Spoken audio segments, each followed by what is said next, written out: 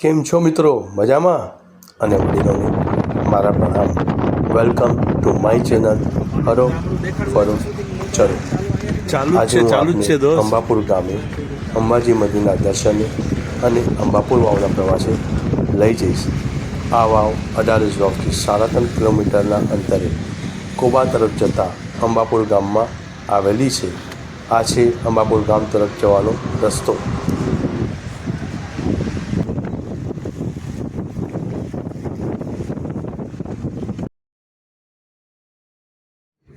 અહીં અંબે માનું ખૂબ જ સુંદર, ખૂબ જ જૂનું મંદિર આવેલું છે.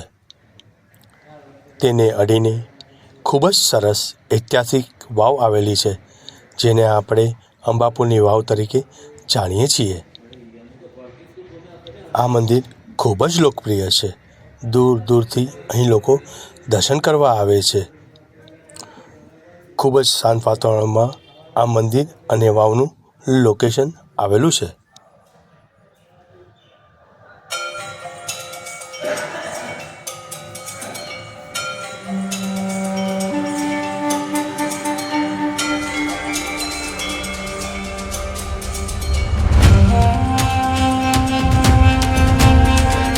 આ વાવ 15મી સદીમાં રૂડાભાઈ વાઘેલાએ રણજીતસિંહ વાઘેલાની સ્મૃતિમાં બંધાવેલી હતી.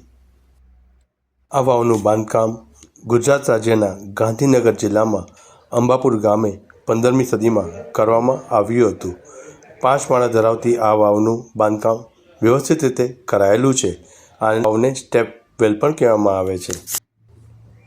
ગુજરાત પ્રદેશોને નાહવા, ધોવા, પીવા માટેની મૂળભૂત પાણીની જરૂરિયાત આ 5 માળની વાવ પૂરી પાડતી હતી. આ વાવનું નકશીકામ, કોતરણી કામ અને વાવનું ઊંડાણ ખૂબ જ સુંદર છે. અહીં ફોટોગ્રાફી તેમજ ફિલ્મોના શૂટિંગ પણ થાય છે.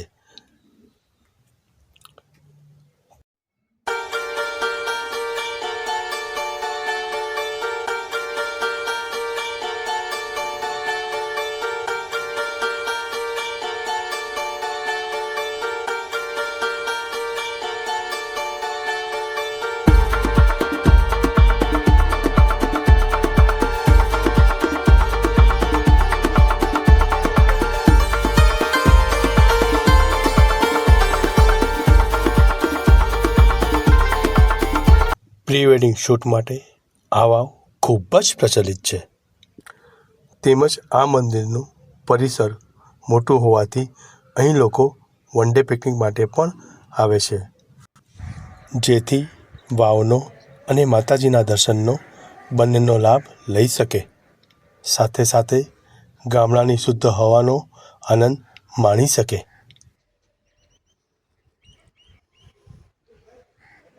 આ વાવની સામે રામદેવ પીરનું મંદિર આવેલું છે, જે ખૂબ જ સુંદર, જૂનું અને જાણીતું છે.